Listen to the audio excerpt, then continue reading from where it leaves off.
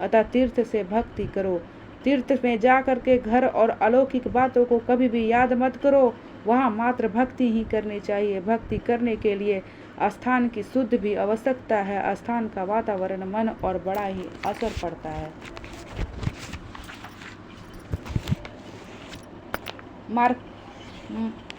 मार्कंडेय पुराण में एक कथा कहा गया है। राम लक्ष्मण वन में प्रवास कर रहे थे। मार्ग में एक स्थान पर लक्ष्मण का मन कुभाव से भर गया, मति भ्रष्ट हो गई। वे सोचने लगे कि कैकेयी ने वनवास तो राम को दिया था, तो मुझे नहीं, मैं राम की सेवा के लिए क्यों कष्ट उठाऊं। राम ने लक्ष्मण से कहा, इस स्थल की मिट्टी अच्छी दिखती है, थोड़ी बांध ले साथ। लक्ष्मण ने एक पोटली बना ली। मार्ग में जब तक वह इस पोटली को हाथ में रखकर चलते थे, तब तक उनके मन में कुभाव भी बना रहता था, परंतु ज्यों ही वे उस पोटली को नीचे रखकर दूर हो जाते थे, उनका मन राम सीता के लिए ममता और भक्ति से भर जाता था। लक्ष्मण इन बातों का आश्चर्यचकित रह गए। उन्होंने राम से कारण पूछा। श्री राम के कारण बताते ही कहा, भाई, तेरे मन के परिवर्तन के लिए तू दोषी नहीं है। उस मिट्टी का ही यह प्रभाव है। जिस भूमि पर जैसा काम किया जाते हैं, उससे अच्छे परमाणु में भनुभाग हो जाते हैं और वातावरण में छूट जाते हैं। जिस स्थान पर मिट्टी की पोटली में है, वहाँ शुद्ध और अपशुद्ध नाम के दो राक्षसी का निवास था। उन्होंने कड़ी तपस्या तपचार्य करके ब्रह्मा को प्रसन्न करके अमरता का वर प्राप्त किया, मांगा। ब्रह्मा ने उसकी मांग तो पूरी करनी चाहिए, किंतु कुछ नियंत्रण के साथ। उन दोनों भाइयों के बीच बड़े प्रेम थे, अतः उन्होंने कहा कि हमारी मृत्यु केवल आपसी विग्रह से ही हो सके। ब्रह्मा ने वर दे दिया। इन दोनों ने सोचा था कि हम कभी भी आपस में झगड़ने वाले तो है नहीं, अतः अब तक तो मरेंगे ही नहीं। अपनी इस अमरता के घमंड में होने वाले देवों को सताना शुरू कर दिया। दोनों ने ब्रह्मा जी के आश्रय लिया तो ब्रह्मा जी ने तितोलमा नाम के एक अप्सरा का सर्जन किया और उसे उस असुर के पास जाने की आज्ञा दे दी। शुद्ध और अपशुद्ध ने इन सौंदर्यवती अप्सरा को देखकर तो दोनों मदहोश हो गए। शुद्ध कहता है, यह मेरी है, तो अपशुद्ध ने कहा, सोच समझकर बोलो, यह तेरी भाभी और मेरी पत्नी है। दोनों झगड़ने लगे। तितोलमा ने कहा, मैं जो विजेता के साथ विवाह करूंगी। तो उन दोनों भाइयों ने विजेता बनने के लिए ऐसा घोर युद्ध किया कि दोनों मर गए।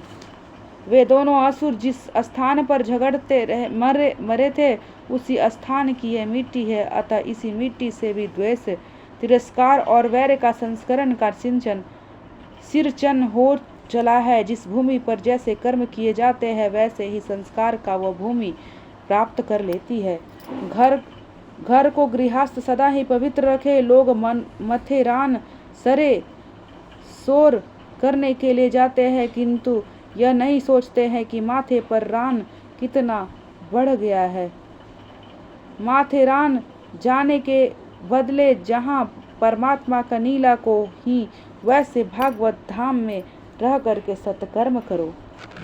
गृहस्थ के प्रति श्रद्धा भी करनी चाहिए। दशरथ के श्रद्धा के प्रसंग पर सीता जब वशिष्ठ को भोजन परोस रही थी, तो उसे वशिष्ठ ने दशरथ को दर्शन हुए थे। पवित्र ब्राह्मणों के माध्यम से पीतर घर पर आते हैं। पवित्र ब्राह्मणों के घर से श्रद्धा करवाया जाए। काम का मूल्य है संकल्पना, अतः संकल्प का त्याग करके संकल्प ही दुख का कारण है। काम की इच्छा आपूर्ति रहने से क्रोध उत्पन्न होता है। कामनाओं का त्याग करके क्रोध को जीतना ही उपाय है। क्रोध दुख देता है और क्रोध पर ही क्रोधित होने का निश्चय करो। सांसारिक लोग जिसे अनर्थ मानते हैं वही अनर्थ है, ऐसे समझ और लोभ जो जीतो। तात्विक विचारों का भय को जीतना चाहिए। अध्यात्म विद्या का शोक को मोह पर संतों का उपासना में भंग पर, मौन द्वारा योग के विधियों पर और शरीर प्राण आदि के निश्चेष्ट करके हिंसा पर विजय प्राप्त करनी चाहिए। गृहस्थ की सतगुरु का आश्रय लेकर के उसकी आज्ञा का पालन करनी चाहिए। सात्विक भोजन, स्थान और सत्संग की निद्रा को पराजित करना चाहिए। सात्विकता के गुण तो मनुष्य के देह विलीन हो जाते हैं। ज्ञानेश्वर ने 13वें वर्ष पर और शंकराचार्य ने 32वें वर्ष पर प्रयाण किया था। तमोगुण की वृद्धि में निद्रा बढ़ती है और सतोगुण की वृद्धि में निद्रा उड़ जाती है। निद्रा तमोगुण का धर्म है।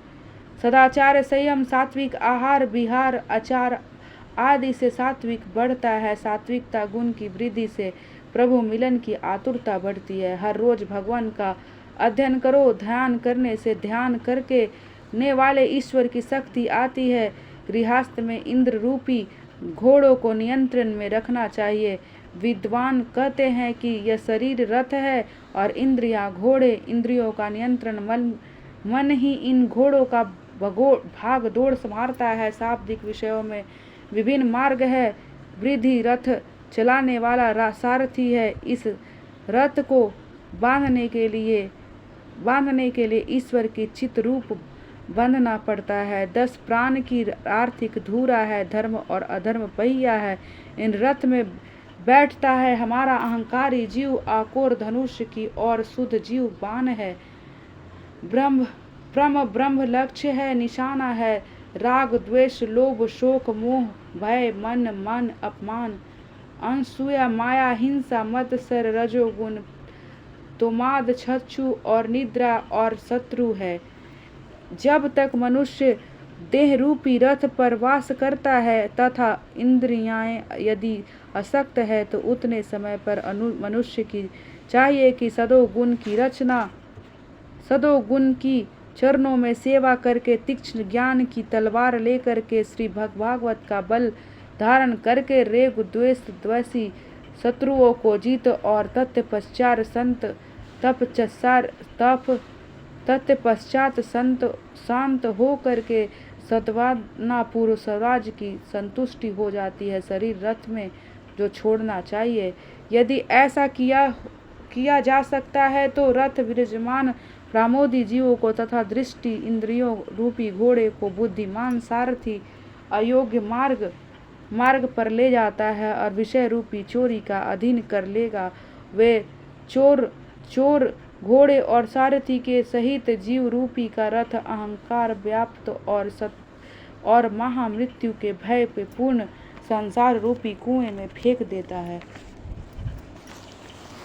वेदों में 2 प्रकार के कर्म बताए गए हैं। प्रवृत्ति कर्म में धर्म संसार के वापस आता है और निर्वृत्ति कर्म में मोक्ष प्राप्त आता है। मैं कामता हूँ ऐसा अभिमान गृहस्थ को नहीं रखना चाहिए। द्रव्य मेरा है ऐसा भी अभिमान मत रखो। द्रव्य सभी का है। गृहस्थ भाव द्वैत सिद्धि करे, पति पत्नी सत्संग करे, एकांत में बैठकर श्री हरि कीर्तन करो। कीर्तन में कली का द्वेष का निवास होता है। हर धर्म से व्यर्थ का आपर्जन करो। मौज मजे में सभी साथ रहते हैं और दंड अकेले जीवात्मा को भोगना पड़ता है। उनके अनेक संसार पार कर गए हैं। बड़े बड़े ऋषियों जो ईश्वर को देखने के लिए तरसते हैं वे आपके घर में रहते हैं। इस प्रकार नारद ने धर्मराज को उपदेश दिया। अंत में इन प्रकरण की समाप्ति हो गई। धर्मराज ने नारद की पूजा की। हरे राम राम राम हरे हरे, हरे कृष्ण कृष्ण कृष्ण हरे हरे। श्री कृष्ण गोविंद हरे मुरारी, हे नाथ नारायण वासुदेव। गोपाल मेरे यह प्रार्थना है, भूलूं नहीं मैं नाम तुम्हारा। बोलिए श्रीमद् भागवत कथा की जय। सप्तम अध्याय समाप्तम।